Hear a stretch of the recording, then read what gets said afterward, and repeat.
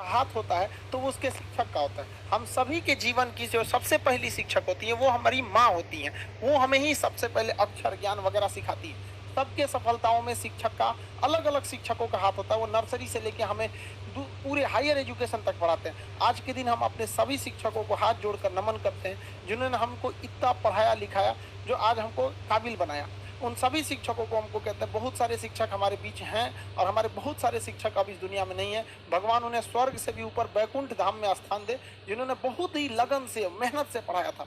वो दौर जब हम लोगों का था तो एक शिक्षक के प्रति बड़ा एक डर रहता था। जैसे स्कूल या कॉलेज के ग्राउंड में टीचर्स को देख लेते थे, डर जाते थे लोग। बट आज के वक्त में हम देख रहे हैं धीरे धीरे इस चीज का नैतिक पतन होते जा रहा है। भारत में शिक्षकों की या शिक्षा की बहुत पुरानी परंपरा, ये हमें विश्व गुरु कहा जाता है। अब आप कहेंगे सर ये विश्व गुरु का मतलब क्या होता है, तो भारत को विश्व गुरु क्यों कहा जाता है? तो आप एक एग्जांपल से समझिए। हमारे तत्कालीन राष्ट्रपति उस समय के 94 में डॉक्टर शंकर दयाल शर्मा थे। 1994 में डॉक्टर शंकर दयाल शर्मा भारत से आधिकारिक दौरा पर ओमान गए।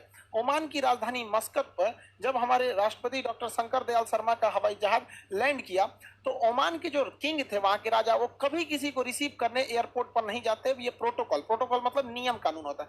किसी देश के राष्ट्रपति वगैरह नहीं जाते जब तक कोई बहुत खास मेहमान नहीं आ जाता।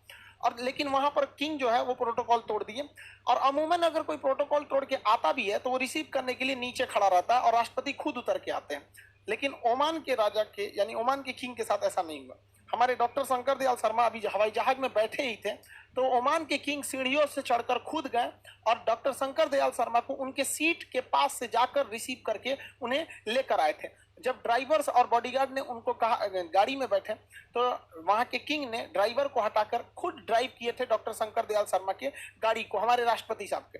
और उन्हें इतना इज्जत दिया गया था जो इससे पहले ओमान में किसी विदेशी गणमान्य को ऐसी इज्जत नहीं मिली थी। जब मीडिया वालों ने उनसे पूछा कि आखिर शंकर दयाल शर्मा में ऐसा क्या खास है जो आपने इतने सारे प्रोटोकॉल्स तोड़ दिए, आज तक किसी राजा या किसी देश के प्रधानमंत्री राष्ट्रपति को इज्जत नहीं मिली, तो ओमान के किंग ने कहा कि जब मैं स्टूडेंट था और भारत में पढ़ाई कर रहा था, तो उस समय पुणे में जब उनकी पढ़ाई चल रही थी ओमान के किंग के, तो डॉक्टर शंकर दयाल शर्मा वहां पे उनके शिक्षक थे, वो वहां पे प्रोफेसर थे। तो उनका कहना था मैंने किसी राष्ट्रपति या प्रधानमंत्री को वो इज्जत नहीं दिया, बल्कि मैंने अपने गुरु को ये सम्मान दिया। उन गुरु के लिए मैंने इतने सारे प्रोटोकॉल तोड़े। इसलिए भारत को विश्व गुरु कहा जाता था।